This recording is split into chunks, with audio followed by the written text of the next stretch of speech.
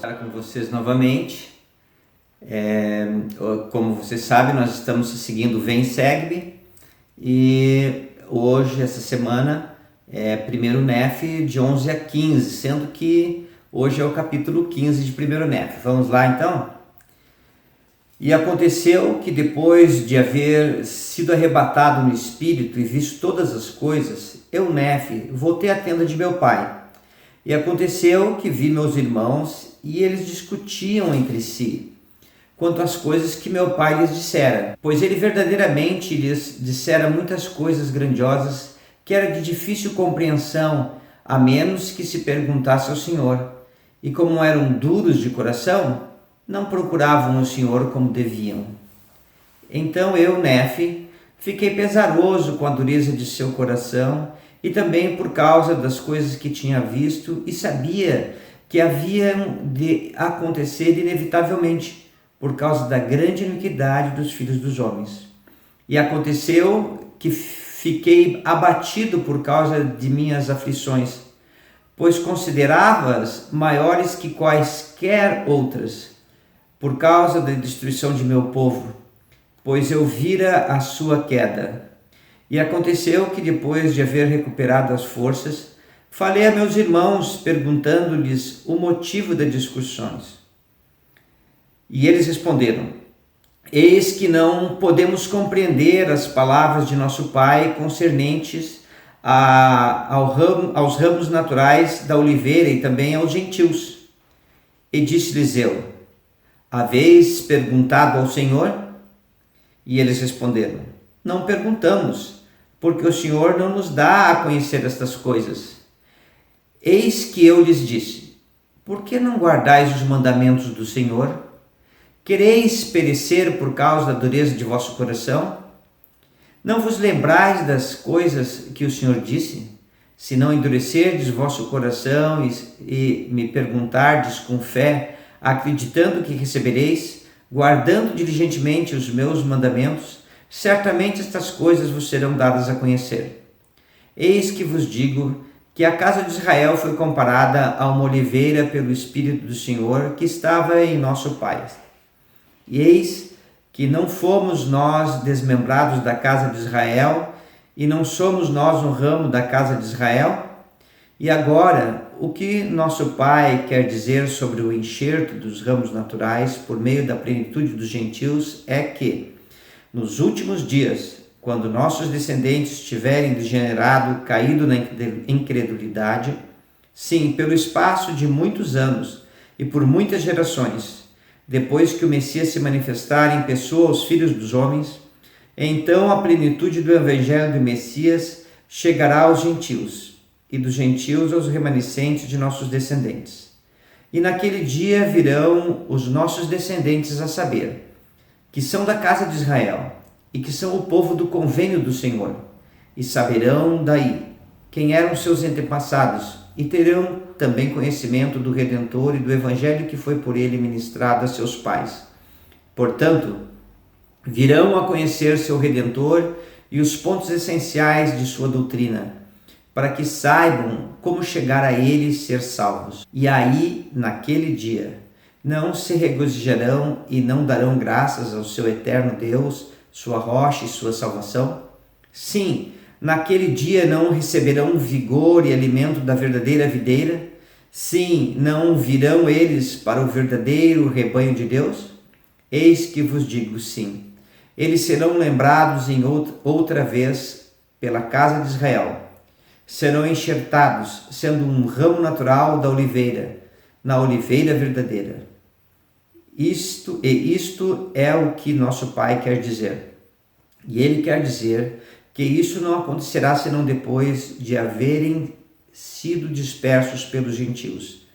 E Ele quer dizer que isto se dará por meio dos gentios, para que o Senhor mostre aos gentios o seu poder, porquanto será rejeitado pelos judeus, ou seja, pela casa de Israel.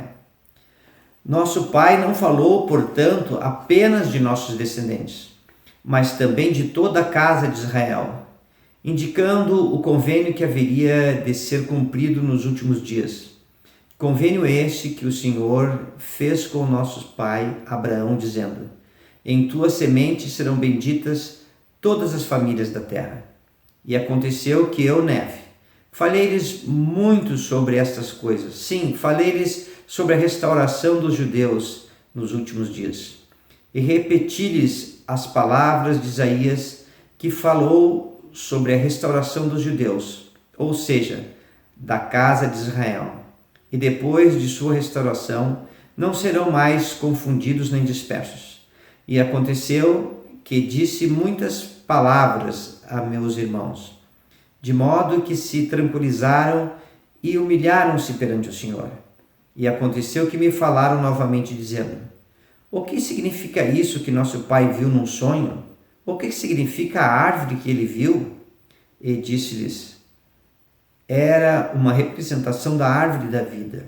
E disseram-me: o que significa a barra de ferro que nosso pai viu, que levava a árvore? E eu disse-lhe que era a palavra de Deus. E todos os que dessem ouvidos à palavra de Deus e a ela se apegassem, jamais pereceriam, nem as tentações, nem os ardentes dardos do adversário poderiam dominá-los até a cegueira para levá-los à destruição.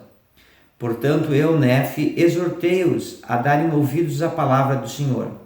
Sim, exortei-os com toda a energia de minha alma e com todas as faculdades que possuía, a darem ouvidos à palavra de Deus e a lembrarem-se de guardar seus mandamentos sempre em todas as coisas.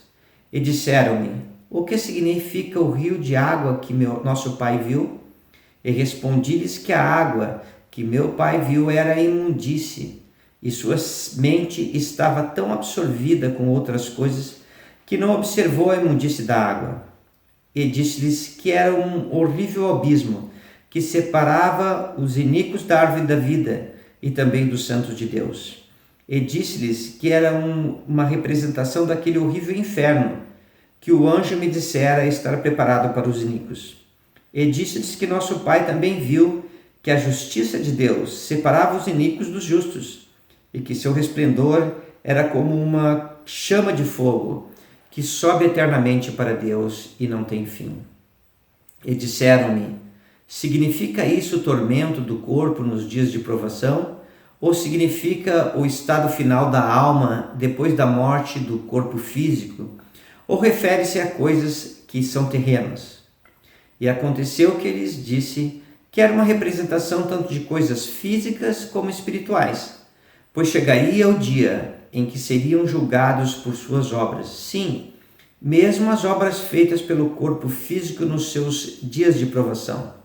Se morrerem, portanto, em iniquidade, serão também rejeitados quanto às coisas espirituais que se referem à retidão. Portanto, deverão ser levados perante Deus para serem julgados por suas obras.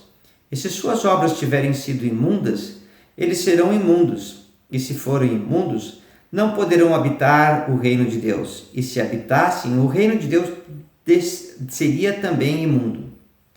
Mas eis que eu vos digo que o reino de Deus não é imundo, e que nenhuma coisa impura pode entrar no reino de Deus. É, portanto, necessário que haja um lugar de imundície preparado para o que é o imundo. E há um lugar preparado, sim, aquele horrível inferno do qual falei, cujo fundador é o diabo. Portanto, o estado final da alma dos homens é habitar o reino de Deus, ou ser lançada fora por causa da injustiça da qual falei. Os iníquos, portanto, serão apartados dos justos, e também daquela árvore da vida, cujo fruto é mais precioso e mais desejável que todos os frutos. Sim, é a maior de todas as dádivas de Deus. E assim falei a meus irmãos. Amém. Fim da leitura. Eu gostaria só de chamar a atenção para um pequeno versículo, que é o 24, lá no meio ele fala assim, ó. Deixa eu começar aqui no começo, peraí. Fala assim, ó. E eu disse-lhes que era a palavra de Deus, ou seja, né? as escrituras, a palavra dos profetas, as revelações que recebemos, né? As inspirações, isso tudo é a palavra de Deus. E diz assim: e todos os que dessem ouvidos à palavra de Deus e a ela se apegassem, jamais pereceriam, nem as tentações, nem os ardentes dardos do adversário poderiam dominá-los até a cegueira para levá-los à destruição. Então eu estou falando assim muito das escrituras. Eu gostaria de relatar assim que durante a minha vida, o livro que eu mais li foi o livro de Mórmon. Li dezenas e dezenas de vezes o livro de Mórmon. Eu sei que passou de 100 vezes, mas depois de 100 eu não contei mais. E uma coisa interessante é que às vezes até meus filhos falam: mas você está lendo sempre o livro de Mórmon. Mas isso me traz lucidez, me traz discernimento espiritual e me ajuda a perseverar no caminho correto. Eu sei que nós vivemos num período da história da humanidade cheia de vozes nos chamando. As informações nos vêm assim com muita velocidade através da internet, dos celulares, dos computadores, enfim. E às vezes nós damos muito ouvidos a essas coisas. Mas os princípios de Deus, que nos traz felicidade eterna, eles não mudam. E eles estão nas Escrituras. E eu amo o livro de Mórmon, eu amo o Novo Testamento, eu amo o Velho Testamento, Doutrina e Convênios, Espera de Grande Valor, eu amo as Escrituras. Amo ouvir as experiências dos profetas, amo ver os profetas testificando do Salvador Jesus Cristo. Eu sei que Jesus Cristo vive. E isso me traz paz na minha alma e me dá, acima de tudo, uma perspectiva eterna. Todos passamos por desafios, enfrentamos nossos problemas do dia a dia, mas se você tem uma perspectiva eterna, você passa por todos os desafios da mortalidade de maneira totalmente diferente. Lembro-me de um colega que uma vez eu fui no velório da mãe dele e ele estava desolado. Mas lembro outros velórios no quais eu até tive a honra de ser orador e falar sobre o mundo espiritual e de fé em Jesus Cristo e da vida vindoura. Como era sereno. A perspectiva da vida muda, assim como no casamento. O casamento é para a eternidade. Se você tem essa perspectiva da eternidade, é muito melhor. Você vai procurar conquistar a esposa querida sempre, vai procurar ser o homem que ela deseja que você seja e que o Senhor também deseja.